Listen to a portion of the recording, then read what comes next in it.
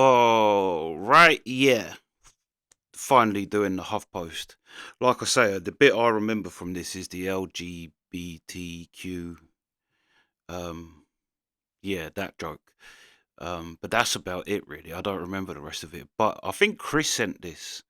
Patreon Chris is someone sent me this on Patreon. I can't remember who though. But yeah, um, yeah, Norm on the HuffPost, and then after this, I'd like to say I've got a Tom Green, which I actually think is from his TV show, not a podcast, because people said his TV show was like, yeah, great. But also he did do a great Norm interview, I have to say. It was, yeah, but yeah, this also is a great interview apparently. So yeah, let's go. From his time at Saturday Night Live to his years of stand-up and sitcom appearances, Norm Macdonald is one of America's most beloved comics. So who better to be part of the judges panel on NBC's newest season of Last Comic Standing? Canada's. But then Norm is a bit like Neil Young. He's the comedy Neil Young, I suppose, where America has kind of claimed them. Here's a look at what to expect. I'm an Iranian homo. I am. Ron Kagani, I think it's impossible not to love you. Yeah. I like when you say Iranian homo a lot. I think what you're saying, Norm, if he just come out here and just said homo over and over again, he'd be your favorite comic of all time? I'm saying if I had the guts to come out of the closet, he'd be the guy I'd go to first. Yeah. Norm joins me now. Thanks for being Hey, here. Josh, good to see you, buddy. Exactly, you haven't been on yet. On what? On HuffPost Live? Yeah, I've never been on. Well, Welcome. I don't live in New York City. And I know. It's no excuse. Just fly in for it. That's true. No, I love HuffPost Live. I see it all the time. Good. Just in clips. When I found out it was a half hour, I was kind of shocked because You thought I was just going to do 90 seconds with you and just nail exactly what I need to know. Yeah, that's right. That's what I thought your skill was. What's it like to be a judge of other comics rather than performing yourself? Well, I'm very judgmental, so you know it suits my skill sets perfectly. You know that saying, "Judge not lest you be judged." Uh-huh. I think it may have been Jesus Christ of Nazareth. I'm not sure. I think that's correct. Of Nazareth, not the other one. Yeah, not Jesus H. Christ. No. But I disagree. I think you judge. Judge away. Yeah, judge all you can. And I always wanted to be a judge because, well, I mean, I wanted to be a proper judge, where I have a man's life in my hands. But in this thing, you just get to, say, you're not funny. Who told you were funny? Seriously, some of these people, I swear to God, I can't imagine them even being the funniest person in a room, let alone a professional comedian. And I was thinking, like, who was it that told you were funny? Because that person, owes you a lot of money because you're following a dream that's impossible to catch. Maybe after judging whether the comics are good, Yeah. you could then have the people who told them to become comics on and deliver actual punishments. Yeah, I could judge them also. Because I take... Actually, that's a good point for X Factor and all of them sort of shows too. America's Got Talent, Britain's Got Talent. Because some people, you go on there and you just think, how was there no one around you to let you know not to do that? that there's no punishment for being a bad comic on Last Comic Standing. It's not like a judge in the sense that you can't actually lock them up in a cage in prison for 25 years if they do a bad job. Yeah, no, you can't put them on death row. Were you actually interested in the law? Was that ever a thing? No, I was just interested in being a judge. You have to learn the law to be a judge. Well, no, I always... Judges don't just act on whims, they have, unless they're on the Supreme Court. But I always thought it to just say to a guy, like, okay, it's come time for your penalty phase. You get life or death. I always thought those were funny. Those are the two things that you get. So as well as the opposite things. You know, the guy's obviously standing there going, damn, I hope I get life. That's a great point. I've never thought of that. In America, yeah, you either get death or you get life. And if you get life, you still lose your life, but get to keep your life. Genius, Norm. Genius. You know, I'm getting kind of used to it. It's all I've ever known. Yeah. And I don't want death, especially on that hot chair. So in addition to being a tragic How about indictment that hot chair? the hot chair? No, I'm just saying, when you think of ways to kill someone, it wouldn't be the first that came to mind. Go, God, let's get a hottest chair we can. So a chair so hot it would boil a man's insides, you know? It seems like, in addition to being an indictment of America's criminal justice system, the death penalty is amusing to you. Well, yeah. I am against the death penalty. As one of your great poets said, I shall have nothing to do with, I shall die, but that's all I shall have to do with death. Can't remember who it was, but. Probably not Australian. Ah, yeah. Sounds a bit sophisticated Australian, for an Aussie. Oh, Aussies, man, they have poets.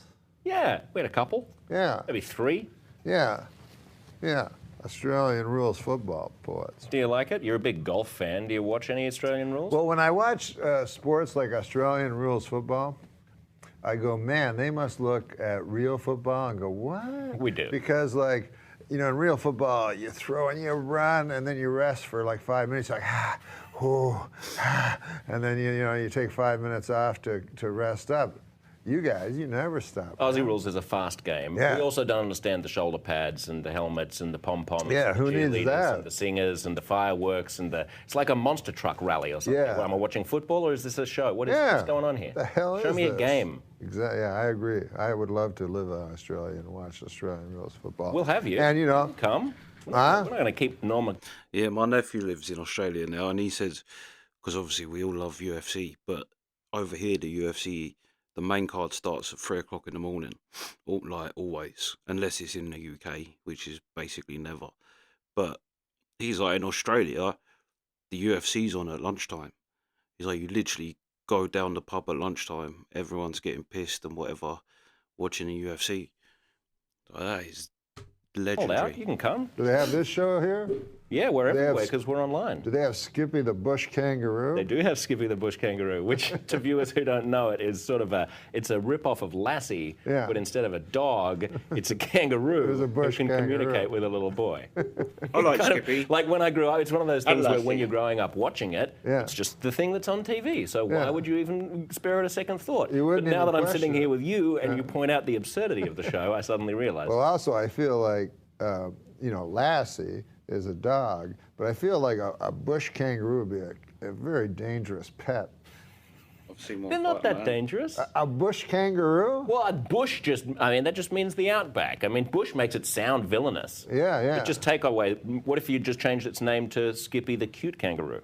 No, but as far as I know, a bush kangaroo is a carnivore. No. No? They eat leaves and things. Oh, I don't think there's such a thing as a bush kangaroo. I think you're getting caught up on this adjective. Oh. It's just a kangaroo. just a What other? kangaroo? It's not going to be an urban kangaroo.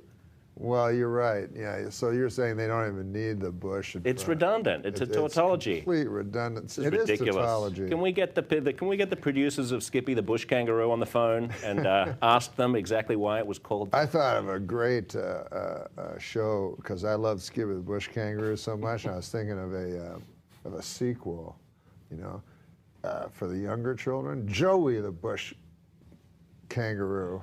Baby. No, Skippy the Bush Joey. Skippy the bush Joey, It doesn't baby have the kangaroo. same run. It doesn't. Maybe like Puffy the baby deer. Yeah. I'm trying to think what the equivalent here in North America would be, where you don't have kangaroos. I just Deer with think venison. children would be but you think, I'll tell you who children, even worse than being around a bush kangaroo for an Australian child, being around Rolf Harris. You're just coming out with the obscure Australian references. Nobody in America knows who Rolf Harris is. They do don't? I don't Oh. think so. Rolf Harris is an. I'm actually surprised that Norm knows who Rolf Harris is. And that joke is very...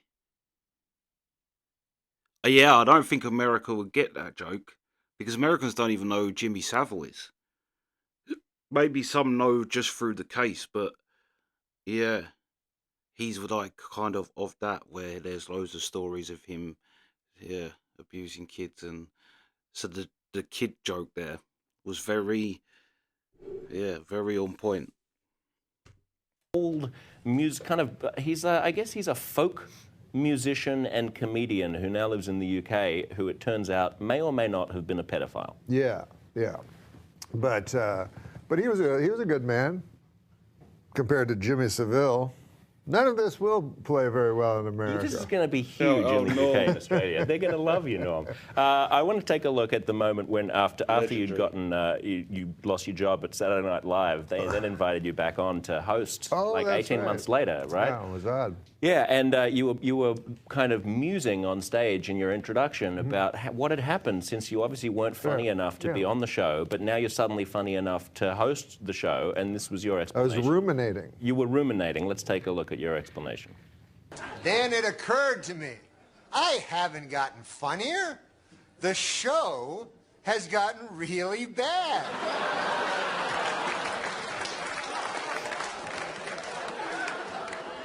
So yeah, I'm funny compared to, well, you'll see later.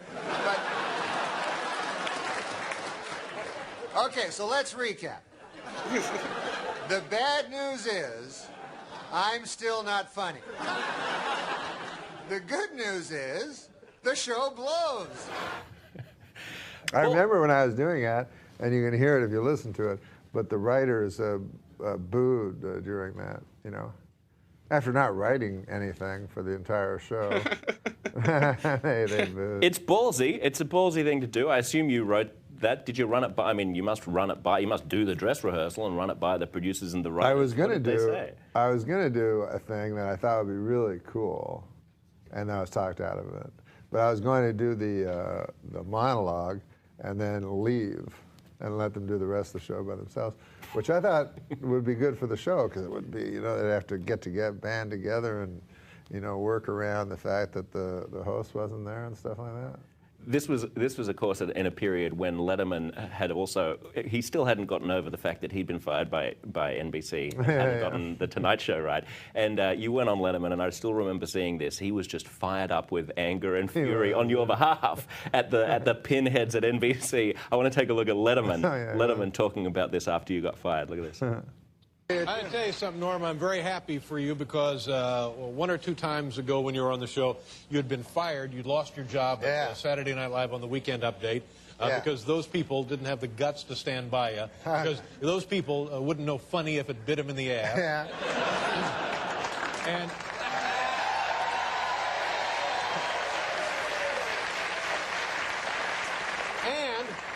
they, of course, were hoping that they'd never hear from you again. Yes. They were hoping, of course, that they had squashed out another career. Right. They thought, oh, okay, that's it for him.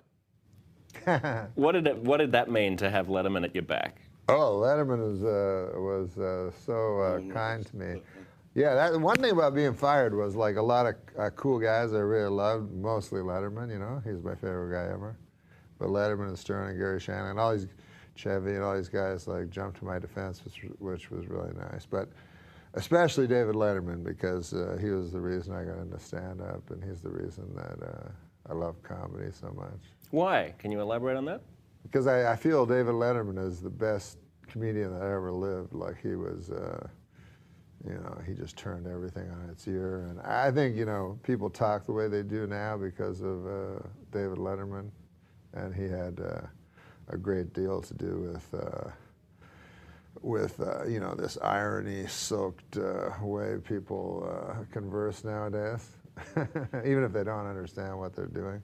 Yeah, and there was a certain eloquence to the way that he'd deliver a gag, especially, I mean, not so much in his stand-up, but when he's interviewing someone. I mean, he was a huge inspiration to me as well, to be able to find the exactly perfect, articulate, almost overly formal words that he would use. Like, he'd never say, enjoy a drink. He'd say, enjoy a delicious beverage or something, He'd use over-articulate words and mix them with super old-timey phrases that he enjoyed and stuff like that. Do you remember your first set on Yeah, I do Letterman? remember that. Long time ago. And I remember because you get real afraid because like he had these other two guests on wherever they were, and then he had me, you know. So it was like, I can't remember who it was, but it was big guests. Was it on late night, by the way, or had you moved to on CBS, or late it night was back on NBC? NBC, Yeah. and he would say, Harrison Ford is with us tonight, and David Bowie. But the reason you're all, showing up, Norm Macdonald is with us, and he said that like 6 times. I was like, oh my God, but it made me realize something about the David Letterman show, and it helped me because on all the other shows are different, but on the David Letterman show, like there's a joke going on, and David Letterman's in on the joke, and the studio audience is in on the joke, and Paul Schaefer from the band is in on the joke, and even the audience is in on the joke, and the joke is the guest, it's you. And once I realized that, then I just started fooling around with Dave. Do you even remember the experience of doing that first set, or are you just totally numb like a deer in the headlights thinking, oh my God, I'm on Letterman's show, oh my God, I'm on Letterman's show? Well, I know I remember word for word. The funniest, because I started doing stand-up to get on the David Letterman show. So once I got on the David Letterman show, I was so excited. And then I did it, and I did a specific joke, and he like kept repeating the punchline for the rest of the show. So that made me like really, really, really happy. And then I remember going back after to my manager, and I was like, hey, cool. I'm done, like, I'm finished. I thought that was the end of the road. And then he's like, well, maybe you could consider Saturday Night Live or something. He said, yeah, maybe you I could do didn't think of something that. else. Maybe you could do, like, act. And I was like, I've achieved everything I want to achieve. It's done. I've been on Dave. That was the end. Of course. Yeah, that is kind of crazy hearing him talk about, like, what he liked about Letterman, and you can see, like, as someone I am a fan of Norm and have watched a lot of Norm. And yeah, you can absolutely see the influence and what he liked and took from it. Yeah, but hold on. I need some more coffee. 2 secs. Let's go. Did iconic impressions of Dave on SNL as well. I did do an impression. I just want to take a look at one of those. This is you interviewing John Lovitz, who's playing Marv Albert, the sportscaster. He told me he could do... This is when Marv Albert was being accused of sexual He told assault. me he could do Marv Albert. And he couldn't? No, we'll see. Let's take a look. When I was doing Letterman, it was very difficult because I didn't really want to do a guy that was funnier than me, and I do it with any comment. So, but they cut out my favorite thing, because I wrote the sketch. My favorite thing, which was, I said, oh, Paul, one thing I forgot. I'll be right back, and then I had him leave, and then I ran around the building like just 4 blocks around the building, and then came back in. I was like, That's what Letterman used to do in the first 5 years or so of the CBS show, right? He'd just run outside and do some stupid stunt and then pretend that he'd just come back in from running. Exactly. Yeah, the fake breathing. So I was trying to do I was just trying to him doing pure nothingness as comedy. I want to bring in some of your fans who want to ask you questions. Oh, yes. So first up is Scott Bluebond. Hey, Scott. Hey, how are you? Great. You got a question?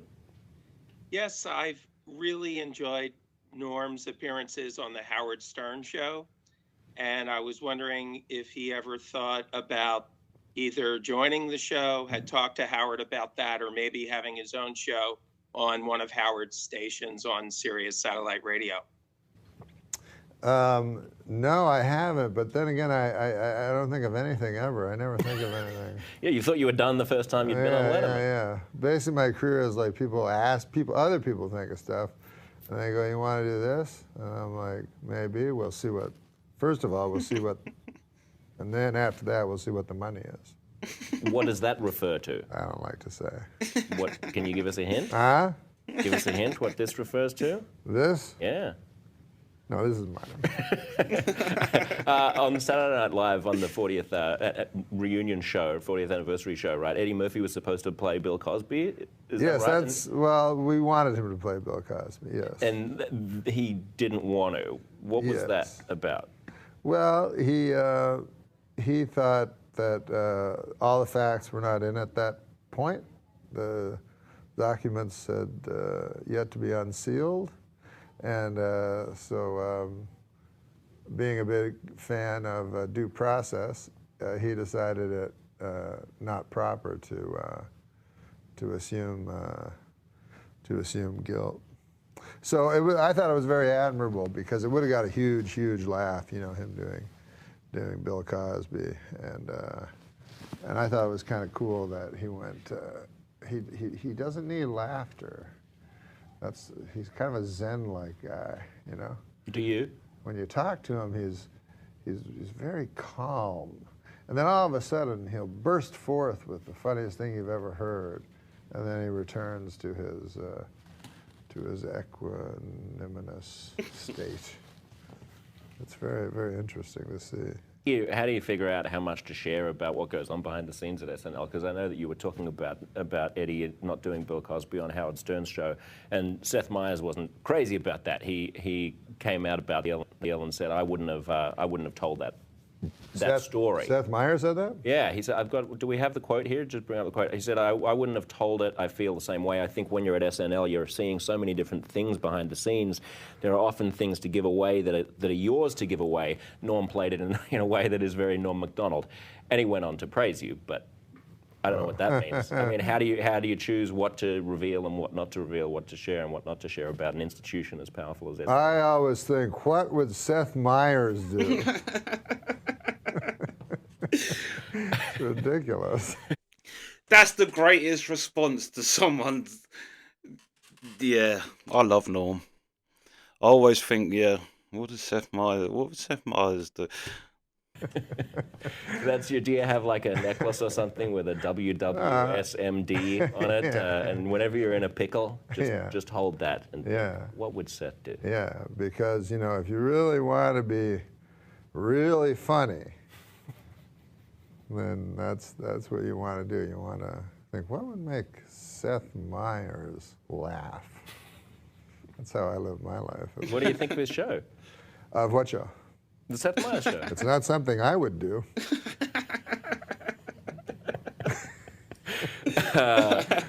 What do you make of the entire landscape of late night changing so much now? I mean, with Leno out of the picture, with what Fallon's now doing, with Letterman gone, with Colbert coming in, you had a very heartfelt and teary goodbye to Letterman on one of his last shows. Well, I loved Letterman. I was too young to understand Johnny Carson. Everybody said he was the best, and I take it on faith, you know. But when Letterman came, then he was the voice of my generation, at least, and everyone since then hasn't come close in my mind. But there's too many, you know. There used to be two, you know, Letterman and Carson Letterman. Yeah. And now there's, at last count, I think there may be about, I think it was 40,000, someone told me. 40,000 someone told me 40,000. late night talk shows. Yeah, on the East Coast. Right. And so I said to myself, I says. No, it's all splintered, you know. Yeah. I heard somebody say that. There's a great documentary about Carson if you want to get inside of why he was so great on Netflix. I can't remember what it's called, but it gave me an insight for the first time, showing the old original stuff that he was doing when he was young, and just how groundbreaking and how really kind of, you know, boundary pushing the stuff that he was doing was. You should look it up. Yeah, because you're used to like Graham Norton interviewing Sid James, and that's you. Graham Norton's not on in Australia. I think. Well, he wasn't when I. Norm's UK knowledge is very impressive. Graham Norton, Rolf Harris is Australian, but he's UK child offender as well, I guess. But yeah, Jimmy Savile. Very impressive, Norm. Up. I don't know. You're getting your British and Australian very confused. I know. You've got Skippy and remember the magic? Yeah, that's true. The magic boomerang. No. Feller would throw up a boomerang. A little child, you know, would throw up a boomerang. This is an Australian program, and time would stop. And then he would go and do something. You see, and then the boomerang would come back much later than an actual boomerang would. Why are you so familiar with arcane Australian television shows that even I have never seen or heard of? Oh, I know lots of facts. Do you know that it's called Down Under? Really? Yeah. What is? Australia. Australia is called Down Under. Yeah, yeah. And also, if you spin the other way. The water spins. If you spin, Yeah. then you spin the other way. Yeah, you spin like a top. You know how a top spins? Yeah, I know how a Well, top in spins. Australia, a top spins the opposite way of a top in America. Again, he is like, although, yeah, no, if you spin something, it spins no matter which way you spin it. But what he's saying is true. Yeah, the water goes the other way around the plug, or like natural spins is the other way around. Happens if you just spin the top the other way. Toilets. How I think so. I think something happens with the universe. I've got to try this next time I'm back. I'm not quite So if I spin a top the wrong way in Australia, then something happens with the universe. Why do you get makeup but I don't? You did get makeup. I was talking to you in the makeup chair. I look like Nosferatu. I've got a little shine on my forehead. Do you? Yeah, look at that. Look, cut to the. See that? Look at that. That right there. Oh yeah, and your widow's peak. Yeah, I know. Yeah. How come you've still got hair? Well, I have somebody else's hair. Oh, really? Is that effective? That's a great question. The hair transplantation? Oh, I never had a transplantation. Why do you have someone else's hair? I got a rug, a toupee, a toque. What does it look like under it? It's a very good one. I'm bald. Would you like to see it? Yeah, please. I can't. It's stuck too hard today. It's stuck too hard. Can you just rip it? Do we have any solvents? Do you have any questions? Maybe some solvents. Solvent? Some kind of a solvent to just get the glue off. Yeah. Our viewers comment as they watch this online, and someone's just commented. Natalie says, on the Today Show, you said that Amy Schumer is the funniest person in the world. How does she compare to Letterman? Oh, Letterman's funnier. But I was talking about the new generation of people that are out. Yeah. I consider, personally, and I take myself out of the equation, that Amy Schumer is the funniest person in the world. Now, if I were to put myself in the equation, I would say Amy Schumer is the second most funniest person in the world. Well, you already said Dave's funnier, so she's third now. Well, but Dave's retired. But he's still a person. I know, but it's hard to know if he's funny or not because he's living in Wyoming with a buffalo going, ah! I don't believe he is. I think he's just back in Connecticut, where he always lived. That's what what's his name used to say, Rickles. Rickles used to say that. Well, he lived used to in say Wyoming? no. He used to say there's one guy in a shed with a rake going, ah! Like he just say stuff that made no sense. That's what I loved about Rickles. Yeah, right. I had Jim Brewer on the show. I love Jim Brewer. Yeah, he was talking about. He's a nice boy. He was talking about a sketch that you guys were doing on Nice SNL. kid. Yeah. Where you were supposed. Well, he is. I didn't know if that was willfully condescending. Oh no. I meant he's a great boy. No, he's a man. Boy. He's a man. Yeah, he's a man. He's a grown man. He always seems like he has a childlike. He does. That's true. Yeah. And he's also always seems stoned, which is weird. You know, even though he's not, Yeah. he His just has that. eyes have that. In it. But he was talking about this sketch where you were going to be playing Rod Sterling from the Twilight Zone. Serling, we call him. Sorry, what's Rod Sterling? And you were going to be doing this big impression. And Chris Kattan was annoyed that you weren't in character doing the impression through the whole rehearsals. And just before you went to air live, this happened. Take a look at Jim describing the scene. I'll just say, he goes, hey, Kattan, not everyone's a real pain in the ass like you, and you're a screw. Nobody likes you. Nobody likes you. Nobody can stand you. I can't stand you. You ask around anyone. 3 seconds. And he just insulted him on such levels that was so wrong that I can't repeat. And Lily, when the sketch started, he turned and goes, imagine if you will. I just nailed it. Do you remember that? Do you remember what he I said? remember that. Yeah, I didn't say what he said. He was saying he was being. He was paraphrasing and being kind. What did you say?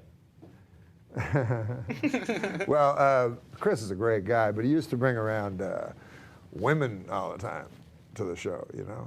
Big, tall women, you know. Big bruisers, you know. And he'd say, look, I'm heterosexual.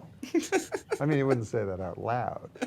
But that's what the picture, that would be the caption on the picture in the New Yorker. Boy, those are funny. So it was something related to his sexuality. Maybe. But listen, if I call a person gay, that ain't no insult. It's a good thing nowadays. Yeah, if you say it's an insult, you're the homophobe, not me. Correct. Supreme Court says so. That's absolutely. We've got one. Do you think the LGBT community? Do you know? First of all, do you even know what it stands for? Yeah. What is that for? Lesbian, gay, bisexual, and transgender. Is it? I don't know if you're right. But I mean, you can make up whatever acronyms you want.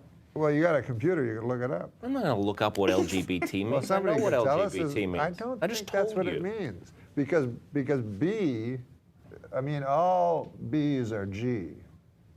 All bisexuals are gay? Well, yeah. Obviously, right? Well, they have gay components they can be attracted all to. All B's are G. All L's are B. I'm sorry. Well, you're saying all bisexuals I'm are trying gay and to do lesbian. some syllogisms. No. I'm saying, do you think any of them go, I wonder if those, do you ever think at the meetings they go, could I, because, in their community, the LGBT community, I don't know where it exists, where they have their headquarters, but do you ever think the L's, the G's, and the B's go, I have an idea.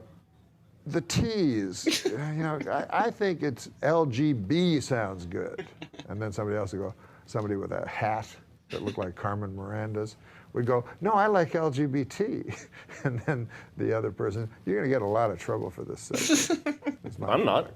What? I'm not. I love everybody. You know what I mean?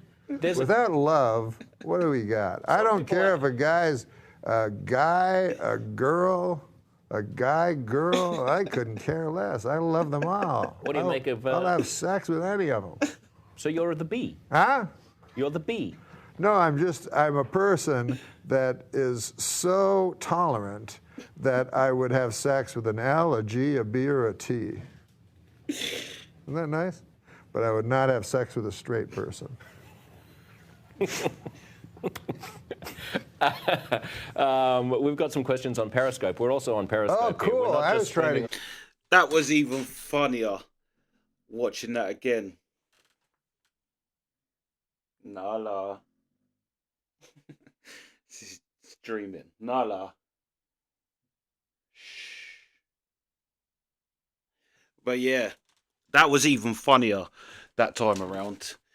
Because I'd forgot, that's why it's worth doing Norm again. Could start all over again with every Norm, because you just forget his, what did he say? Anyway, yeah, that was much funnier. I only really remembered the punchline bit that I only have sex with I wouldn't have sex with a straight person. HuffPost Live, where it's streaming on the Periscope. Oh, really? Watch the hearts shoot out, man. Yeah. Pink ones, the blue ones. Oh, they're loving it. Yeah. They're loving it. Someone says, will Norm bring his podcast back? And someone says, does Norm want a career in golf commenting? Which you practically have, because you do these very long I already am a golf commentator. I just use a new media outlet to comment on it. Twitter. Yeah. Yeah. Which is way you're far past television. You probably don't get the... They don't give me this. That's the problem. And they don't give me any cash. No, Twitter doesn't. Money. You don't get paid for tweets, Norm. So I said, man, I'd like to get on Twitter because I'd like to make a lot of money and I'd like to get some of this. But nothing. But that doesn't matter, It's for the art, And so... I think maybe your manager needs to speak to you about lucrative opportunities versus non-lucratives. Take your filthy lucre and make it filthier. I think Scott has... Do we have one more question from Scott?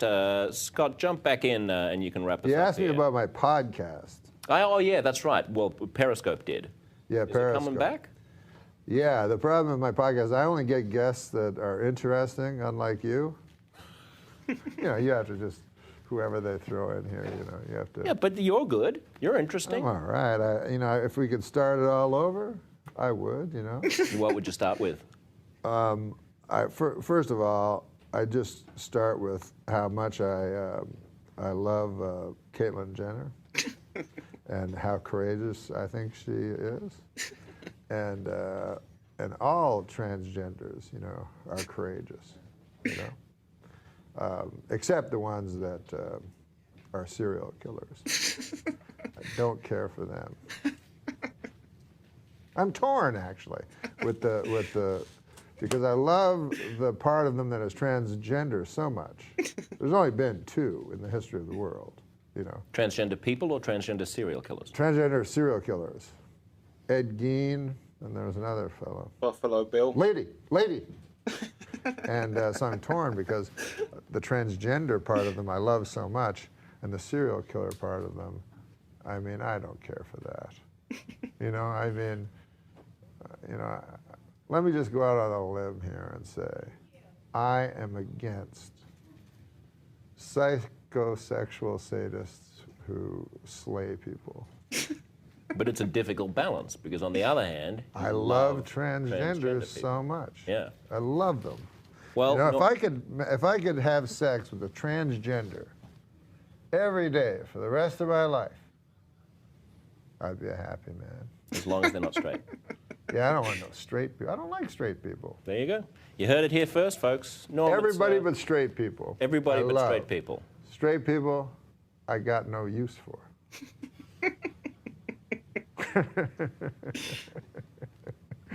Well, is this odd? Has this been an odd interview for you? I love it. Skippy the bush kangaroo. I love odd interviews. I love interviews where I don't know where they're going to go. Ralph Harris. Because I know that you can handle it. You know, sometimes got a lovely bunch of coconuts. That wasn't Ralph Harris. What was Ralph Harris's coconut song? I don't know, but it was probably racist. Was he racist? I don't know. He's an old, like, Australian man. Yes. All go old, out on a limb. Oh, yes, you're Yes, right. Old people are racist. You know, even against Australians, you know. Yeah.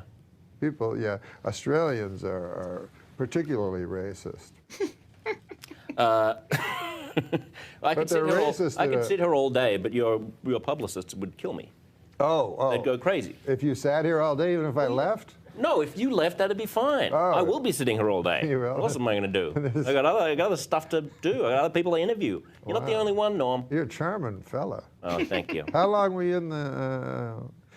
let me just turn the tables for a moment, you know? Interview the as long as you take the flak for the fact that I'm not rapping. I mean, you're the journalist. You're the one that whose job it is to, you know, afflict the I can't think of the term anymore. You afflict the powerful, and you. I hold the powerful to account. That's what you do. As a representative of the Fifth Estate. The fifth? Mm-hmm. I didn't know there was a fifth estate. Apparently there is now. There's a fifth one? Yeah. Is there a third triumvirate? There's a lot of estates. Yeah. There's a lot of estates, Norm. Okay. Now, you're a good man. I got to kick you out. All right, baby. Otherwise, your publicist. I love you, man. I love you too, Norm. It was really nice. I mean, I don't love you in that way. Well, unless. Unless I'm not straight. Yeah. Much more coming up, Norm. Are you? Watch this space. All right. Thanks for joining us. Thanks to our community members for their questions, and you can be sure to check out the newest. We never got to Scott's, but we didn't get to Scott's. Scott had a question, yeah. Oh yeah, we got his first one though. He was the same guy. Oh, same fella? Yeah, same fella. Yeah. The newest season of Last Comic Standing is on NBC tomorrow, July 22nd. Keep watching HuffPost Live. Plenty more conversations coming right up. Do you think that once the subject went off of transgenders and the LGBTQ plus community, he's thinking, I think we just about kept the show on air. And then Norm come back. The second he said Caitlyn Jenner, you must have thought, oh God, he's trying to get me cancelled, I swear. But yeah. I don't care for the serial killer part of them, but I love the transgender part of them so much. Norm is great, but there was some like.